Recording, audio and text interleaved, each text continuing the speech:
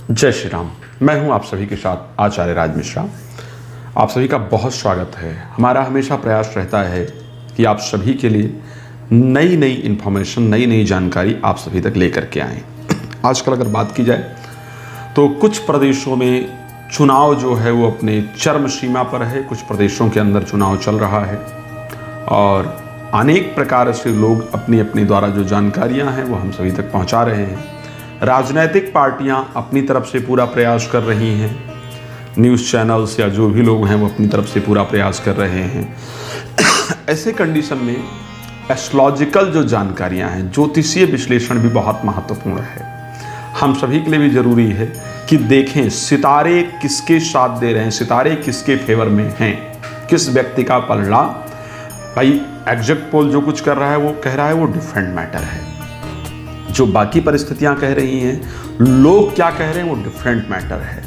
लेकिन भाग्य किसका साथ दे रहा है, सितारे किसको कह रहे हैं, ये जानना बहुत ज़रूरी है। तो अगर हम इस बार देखें तो बंगाल के अंदर स्पेशली टीएमसी और बीजेपी की आपस में टक्कर है। बीजेपी और टीएमसी आमने सामने हैं। बीजेपी ने पूरा अपना दमखम झोंक रखा है कि मुझे बंगाल चाहिए, और टीएमसी अपनी प्रतिष्ठा को बचाने के लिए, अपने आप को तीसरी बार वापस लाने के लिए ममता बनर्जी ने भी कोई कोर कसर नहीं छोड़ रखी है। ऐसे कंडीशन में ग्रह आखिर किसका साथ दे रहे हैं? तो जब हम बीजेपी की स्थापना दिवस की कुंडली को उठा करके देखते हैं, दोनों जो डिटेल्स हैं वो हमें सूत्रों के द्वारा ही प्राप्त हुई हैं। बीजेपी का तो कहीं भी, लेकिन ममता बनर्जी का जो सूत्रों के द्वारा प्राप्त हुआ है, ऑथेंटिसिटी हो सकती है, इसमें ऐसा कोई दो राय नहीं है। जहां तक कुंडली को देखा जा रहा है तो क्लियर है, ये कुंडली लगती है कि ममता बनर्जी की वास्तविक कुंडली है, इसमें कोई दो राय नहीं है। तो अगर हम बीजेपी की स्थापना दिवस की कुंडली को उठा करके देखें, मिथुन लग्न के अंतर्गत और वृश्चिक राशि के अंतर्गत बीजेपी की स्थापना दिवस की कुंडली है। इस टाइम पर चंद्रमा की दशा, बृहस्पति की अंतर्दशा चल रही है और शनि की प्रत्यंतर दशा 27 अप्रैल तक रहने वाली है। अब अगर बीजेपी में देखें तो चंद्रमा सेकंड हाउस का स्वामी है, जो कि नीचस्थ है 6th हाउस के अंतर्गत, और अंतर्दशा, अगर जो अंतर्दशा कारक है बृहस्पति, वो 10वें भाव के स्वामी हैं, 7वें भाव के स्वामी हैं और 3य भाव में जाकर के बैठे हैं, जो बहुत मेहनत करवा रहे हैं पार्टी से। कोई दो राय नहीं है, पार्टी मेहनत कर भी रही है। अब अगर हम प्रत्यंतर दशा कारक शनि को देखें तो भागेश हैं शनि और अष्टमेश हैं, और शनि भी 3rd हाउस में ही जाकर के बैठे हैं। द्वितेश त्रिकोण, द्वितेश, नवमेश और भागेश का जो संबंध है वो एक अच्छा संबंध है, इसमें कोई दो राय नहीं है। उसके बाद 27 अप्रैल के बाद बुध की भी इन्वॉल्वमेंट इसमें हो जाएगी, जो कि 6 तारीख, जब तक राजगद्दी की पूरी व्यवस्था होनी है तब तक इसके साथ इन्वॉल्वमेंट रहेगी। गोचर की अगर हम बात करते हैं तो बृहस्पति 5 अप्रैल को चेंज होकर के बीजेपी की जो वृश्चिक राशि है उसके 4th भाव में पहुंच गए हैं, और वहां से 10वां भाव जो राज सिंहासन का भाव है उसको अपनी पूर्ण रूप से जो दृष्टि देने का कार्य है वो पूर्ण रूप से कर रहे हैं, इसमें कोई दो राय नहीं है। केतु राशि में गोचर करेंगे, राहु 7th हाउस में गोचर कर रहे हैं। ये परिस्थितियां करीब करीब बन रही हैं। शनि 3य भाव के अंतर्गत गोचर कर रहे हैं, मंगल 8वें भाव में गोचर करेंगे, सूर्य 10वें भाव के स्वामी होकर के उच्चस्थ होकर के 13 अप्रैल तक गोचर करेंगे। उसके बाद 2nd हाउस में चले जाएंगे। ये जो पूरी परिस्थिति बीजेपी की दिख रही है, कहीं ना कहीं जो पहले बीजेपी की परिस्थितियां हैं उसकी अपेक्षा बहुत अच्छी दिख रही है, काफी स्ट्रांग दिख रही है, और एक अच्छे लेवल पर बीजेपी को ऊपर उठा करके लाने के लिए पूरी तरह से तैयार है। लेकिन अब मैं अगर दूसरी कुंडली को यहां पर ला करके देखूं, ममता बनर्जी की कुंडली को ला करके देखता हूं, ममता बनर्जी का 5 जनवरी 1955 का डेट ऑफ बर्थ मुझे प्राप्त हुआ है।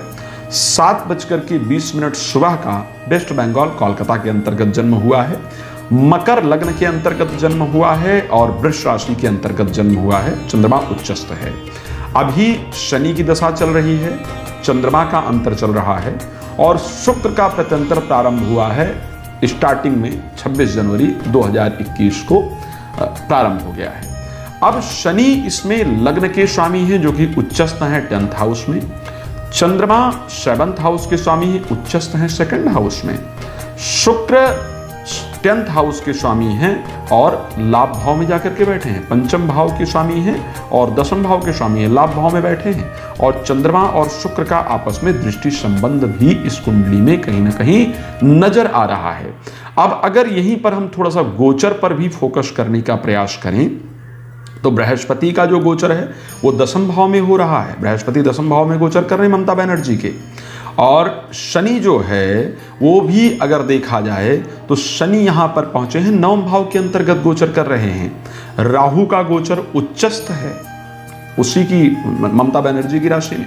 तो अगर मैं दोनों कुंडलियों की बात करूं, दोनों कुंडलियों के पलड़ों को लेकर के बात करूं, तो मैं ममता बनर्जी का पलड़ा ज्यादा भारी देख रहा हूं, ये ध्यान रखिए। हाँ, पिछली बार की अपेक्षा ग्राफ थोड़ा नीचे दिख रहा है। जब मैंने कंपेयर किया पहले इलेक्शन में और इस बार के इलेक्शन में, तो पलड़ा ममता बनर्जी का पिछली की अपेक्षा नीचे है, लेकिन फिर भी अगर मैं सत्ता पर कब्जा करने की परिस्थिति देखूं, ग्रहों के दृष्टिकोण से देखूं, तो ऐसे कंडीशन में ममता बनर्जी के जो ग्रह है वो कहीं ना कहीं बीजेपी की अपेक्षा काफी भारी दिख रहे हैं। तो अगर ज्योतिषीय विश्लेषण के आधार पर देखा जाए तो हम ममता बनर्जी को स्ट्रांग कह सकते हैं। बीजेपी की अपेक्षा लहर कुछ भी कह रही हो, दिखाई कुछ भी दे रहा हो, लेकिन अंतोगत्वा जो रिजल्ट आता दिख रहा है वो कुछ डिफरेंट आता दिख रहा है। खैर, मैं जानता हूं बहुत सारे लोग इसको पसंद करेंगे, बहुत सारे लोग नापसंद करेंगे। मैं किसी पार्टी के संबंध में बात नहीं कर रहा हूं, इस चीज़ को ध्यान रखिएगा। मेरा जो विश्लेषण है वो सिर्फ ज्योतिषीय विश्लेषण है, जो मुझे नज़र आया है वो मैंने आप सभी के सामने रखने का प्रयास किया है। इसको सिर्फ ज्योतिष की दृष्टि से देखिएगा। मुझे याद है कि मैंने अरविंद केजरीवाल को लेकर के जब प्रेडिक्ट किया था तो बहुत सारे लोगों ने बहुत कुछ भला बुरा कहा था, लेकिन अंत में जो रिजल्ट आया था वो सभी के सामने था। तो मैं उम्मीद करता हूं कि जो अच्छी पार्टी हो वो बंगाल में कब्जा करे, बंगाल की पब्लिक के लिए जो अच्छा कर सके वो पार्टी बंगाल के अंदर आए। बाकी ज्योतिषीय विश्लेषण आप सभी के सामने रहा, रिजल्ट आने पर जरूर हम इस पर दोबारा बात करेंगे। जय श्री राम।